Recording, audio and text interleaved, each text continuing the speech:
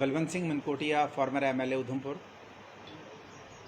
जैसा कि यहाँ पे कोविड-19 की दूसरी वेव की चर्चा हर घर में है और खौफ भी हर घर में है, जिसको लेके हमारे एनजीओ डोगरा क्रांति दल की तरफ से चाहे पहली वेव हो चाहे दूसरी हो, हमने कोशिश करी है कि लोगों का ये खौफ दूर हो और जो हमारे से बेस्ट पॉसिबल हो सकता है उसके लिए हम करें, और हमारी एनजीओ कर रही है।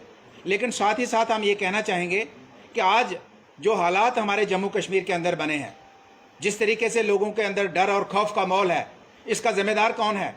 इसका जिम्मेदार पूरे तरीके से यूटी प्रशासन है और पूरे तरीके से भारतीय जनता पार्टी की सरकार है। क्योंकि दूसरी लहर पहली लहर की तरह नहीं आई कि अचानक आ गई।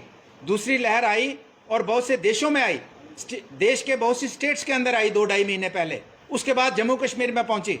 तो क्या इतना समय मिलने के बाद हम इंतज़ाम नहीं कर सकते थे? वो फैसिलिटीज़ हम उन पेशेंट्स को मुहैया नहीं करवा सकते थे जिनकी जानें जा रही हैं?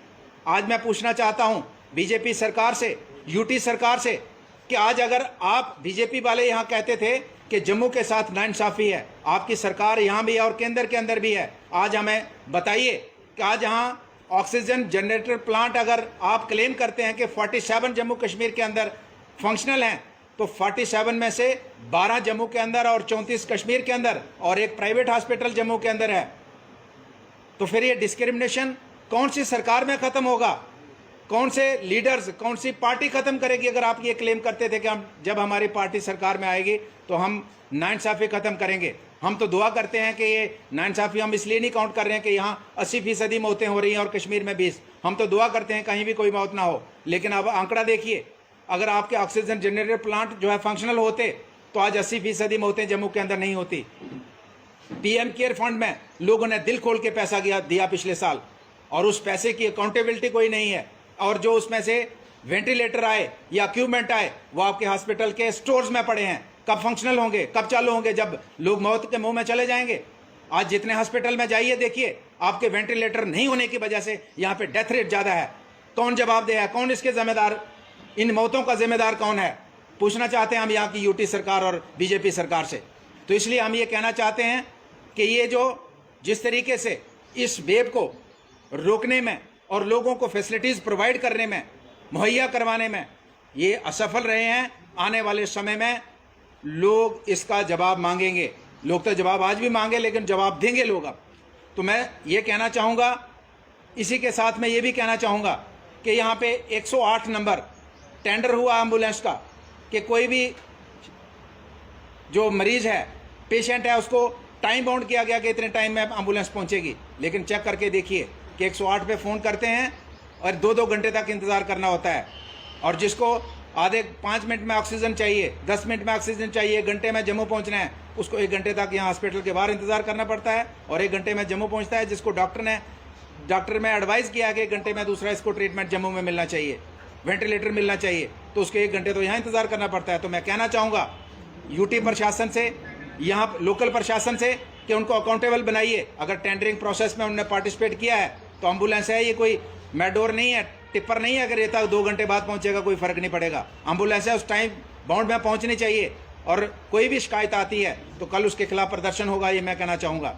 इसी तरह से मैं ये भी कहना चाहूँगा कि यहाँ हमारी एनजीओ डोगरा क्रांति दल जिस पूरे तरीके से एक्टिव है यहाँ, जैसे कल भी एक फैमिली यहाँ पे होटल से बाहर देखी गई, लेकिन कल शाम को हम थे नहीं उस टाइम ऑफिस, लेकिन बाकी टीम ऑफिस में थी।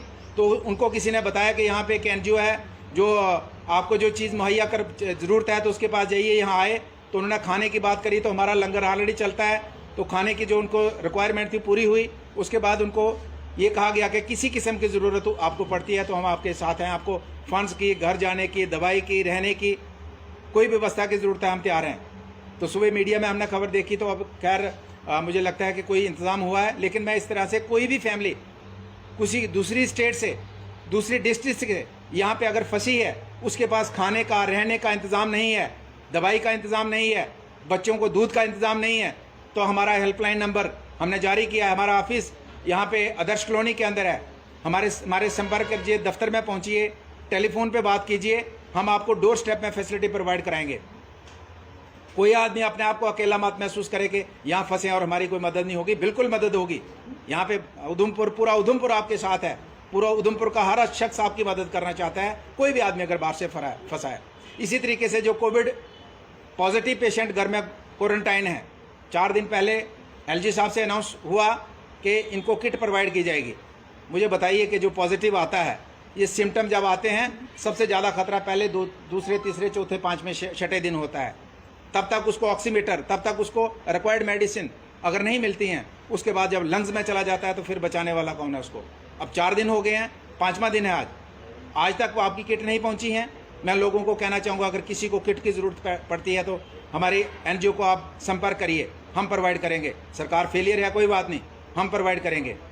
लेकिन ये इस तरीके का भद्दा मजाक जो है हमारे लोगों के साथ किया जा रहा है कि अनाउंस करने के बाद 5 या 4 दिन के बाद भी आपको दवाई नहीं मिलती है, तो दवाई कोई बजरी या रेता थोड़ी है कि हफ्ते बाद देंगे, कोई फ़र्क नहीं पड़ेगा। दवाई अगर अभी चाहिए तो अभी चाहिए, ऑक्सीमीटर अभी चाहिए तो अभी चाहिए, उसको हफ्ते का इंतज़ार करेंगे क्या? तो इसलिए मैं कहूँगा कि सरकार पूरे तरीके से फेलियर है, पूरे तरीके से। और लास्ट में मैं फिर से ये कहना चाहूँगा कि एक जो आज एक करंट इशू है, जो हमारा अनीश हमारा छोटा बच्चा, जिसका ट्रीटमेंट के लिए काफ़ी सोशल मीडिया में हाईलाइट हुआ और काफ़ी लोगों ने मदद की है, काफ़ी लोगों ने। लेकिन मैं कहना चाहूँगा कि जो लोग सोच रहे हैं कि हफ्ते के बाद करेंगे, 10 दिन के बाद, अभी 2 दिन का, मोस्ट प्रॉब्ली मंडे या ट्यूसडे को उसका ट्रीटमेंट हो जाएगा। और डॉक्टर से बात करी है कि ट्रीटमेंट होने पे उसके अकाउंट में एडवांस पैसा पहले पता होना चाहिए, तभी ट्रीटमेंट होगा। तो ऑलमोस्ट काफ़ी हद तक मुझे लगता है 50% फंड्स जो हैं उनके पास आ चुके हैं। 1-2 दिन में जो करना चाहता है 1-2 दिन में कीजिए, जो करना चाहता है, कोई मजबूरी नहीं है, करना चाहता है तो करिए। अगर आप हफ्ते के बाद या 10 दिन के बाद प्लान कर रहे हैं फिर कोई फ़ायदा नहीं, तब तक ट्रीटमेंट हो चुका होगा, फिर उसका फ़ायदा नहीं है। तो ये मैं कहना चाहूँगा। लेकिन जो लोग मदद कर रहे हैं, दिल खोल के कर रहे हैं, उनका बहुत बहुत शुक्रिया। और इस मौके पे फिर से मैं कहना चाहूँगा कि जिस शख्स को किसी किस्म की समस्या आती है वो डोगरा क्रांति दल से संपर्क करेगा। हम उसकी हर समस्या में, इस कोविड में जो परेशान है, उसकी परेशानी हम दूर करेंगे। उसके लिए हमारी टीम पूरी एक्टिवेट है, 24 घंटे तैयार है।